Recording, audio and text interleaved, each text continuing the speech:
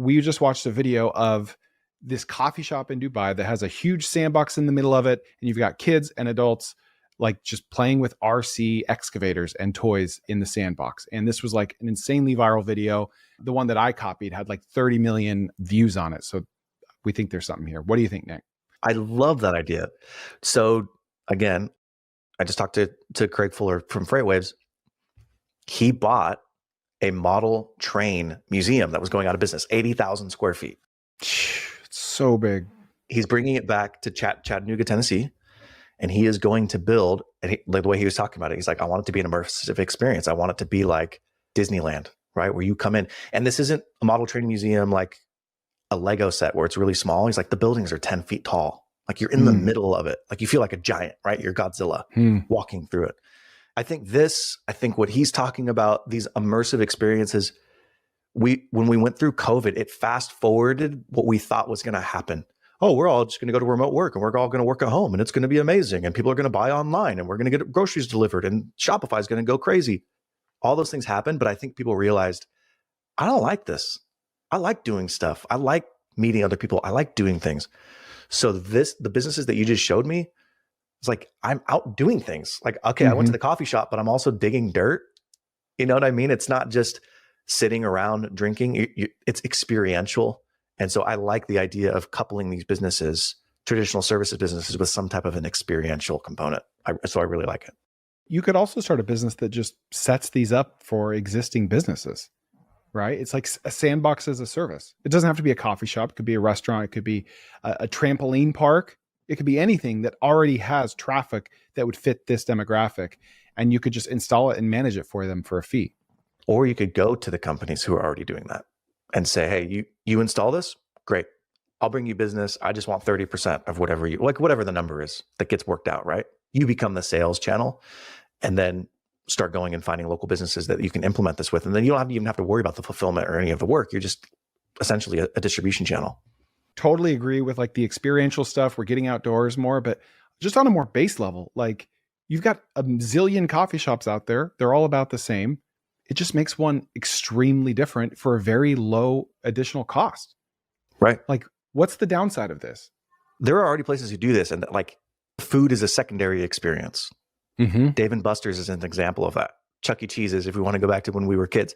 But like Dave and Buster's food isn't great. It's terrible, actually. But the experience is fun, right? Like, because I get to go do stuff and it's an activity. So it's kind of flipping that paradigm, right? Food is the primary. The experience is secondary. I like that framework a lot. Well, there's another business idea that I hadn't planned on talking about that reminds me of this. So I'm friends with a guy named Sherman, and he's in Utah, and he found this business in Saratoga Springs, Utah. It's like a kids play area, right? Think like trampoline park. It's got all of the climbing stuff that you can play on, very generic when it comes to that, but it's very clean. It's kind of like a Planet Fitness model, $20, unlimited play per month per kid, 10, maybe even 10, very cheap. But the differentiator is like upstairs, there's like this elevated platform where the parents can watch their kids, and they have like really good food, like very high quality food. It's like a WeWork up there, and it's like really fast Wi-Fi, leather couches, super nice. Like, because you walk into a trampoline park and it just feels gross, and it's just a bunch of gross kids. It's like a very nice play area for kids. You know where else I'm seeing this is pickleball clubs, where it's like there's a pickleball club and then they have a bar upstairs, but you could, it's also like a WeWork. You can get up there and actually work out of there. They have Wi-Fi and it's a really good experience. I also like this framework of deciding where you're going to go. The middle is messy. So either be the lowest cost option and just be the Chuck E. Cheese. Own it. Just own it. Or go up market and be the expensive option. So it's like, yeah, we do cost 50% more than the competitor and we're way better. Just own it. Otherwise, you're like in this weird game where you're trying to compete on price, but then you're also trying to compete on quality. And that's a really difficult place to be. So with these experiential places, these ideas in particular, if you're going to do it well. Don't half-a it. Don't make like, oh, this is a homemade sandbox and you can still see the particle board on the side. You know what I mean? Yeah. It's very obvious. It's very obvious. So do it well, or hey, bring your own excavator if you want. We got a freaking ditch in the back. You know what I mean? Like those are the two options. Pick one of those. Don't go in the middle. Well, this place in Utah is slammed, by the way. It's their first location. They just opened it and they are crushing it. Crushing it. Yeah. So we should open one of these. There have been talks. No, not really. I'm sorry. But it's interesting because you go to the trampoline parks and it's super expensive. You pay by the hour. And these guys are just like flat monthly fee, come as much as you want. And then they make money on food. They make money on socks and all this other random stuff. But supposedly the owners have like not slept since opening it basically because they've just been slammed in a good way. Granted, Utah's like the perfect market for this, but in a way it should be like the most oversaturated market for stuff for kids to do. Right? Dude, fly out. Let's go do a video with them. I'm down. That'd be a great video. It'd be a great video. Let's do it. Okay. Fine. Do it tomorrow. Fine. Where's my ticket? You won't do it. You won't do it. Trying to put a chip on my shoulder? You won't do it. You won't do it. All right, here we go. Cold, wet socks before bed is magic. People also call them magic socks. Let me explain. So how does this work? When cold water is applied to the soles of the feet before bedtime, it causes the blood vessels in the feet to constrict. It warms the body. The body wants to shunt all of the blood to the feet, which in turn increases body-wide circulation. And increasing circulation brings oxygen and nutrient-rich blood to the internal organs and the immune system. This can help improve overall health and aid in the healing process. So let me show you. You need wool socks and you need some cotton socks. It's so easy. This could be done at home. All you have to do is take a pair of cotton socks, put them in cold water, wring them out, put them right on your child's feet before bed, then take your wool socks and cover those cotton socks with the wool socks. Now, by the end of this therapy, these cotton socks will be dry. The body will work hard to warm up those socks. And this is where the blood flow goes from the feet.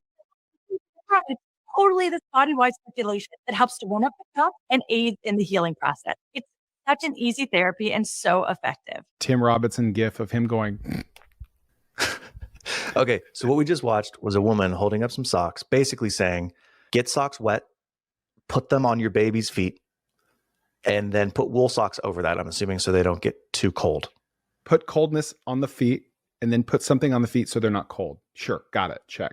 If they don't call this cotton-headed nitty-muggins, I don't know what we're doing here. Okay? If anyone who's seen Elf knows that reference, but like it's right there. It's on the tip of the tongue. It's right there. All right, so I don't want to bias you. I just want to know your gut take right off the bat. What's in your head right now? Hate it. I really do hate it. I'm like, are you kidding me? So I have 4 boys. You're telling me we got to go freaking, let's get the socks wet, wring them out, put them on the baby, then put the wool over it. Like, yeah, my kid's not going to sit through that. And then they're probably going to take the socks off as they're going to bed. What is the female version of bro science? I'm just so like done with these bro science. Like all you got to do is put on a cold sock and lose 80 pounds. Like just come on.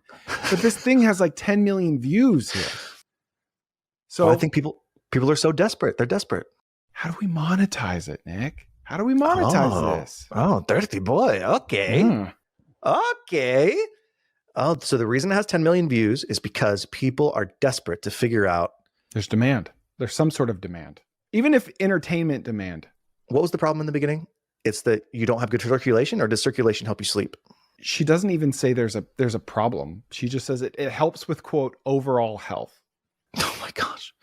Well, yeah, I would make the problem clearer, obviously. But and this is for kids. It's not even for adults.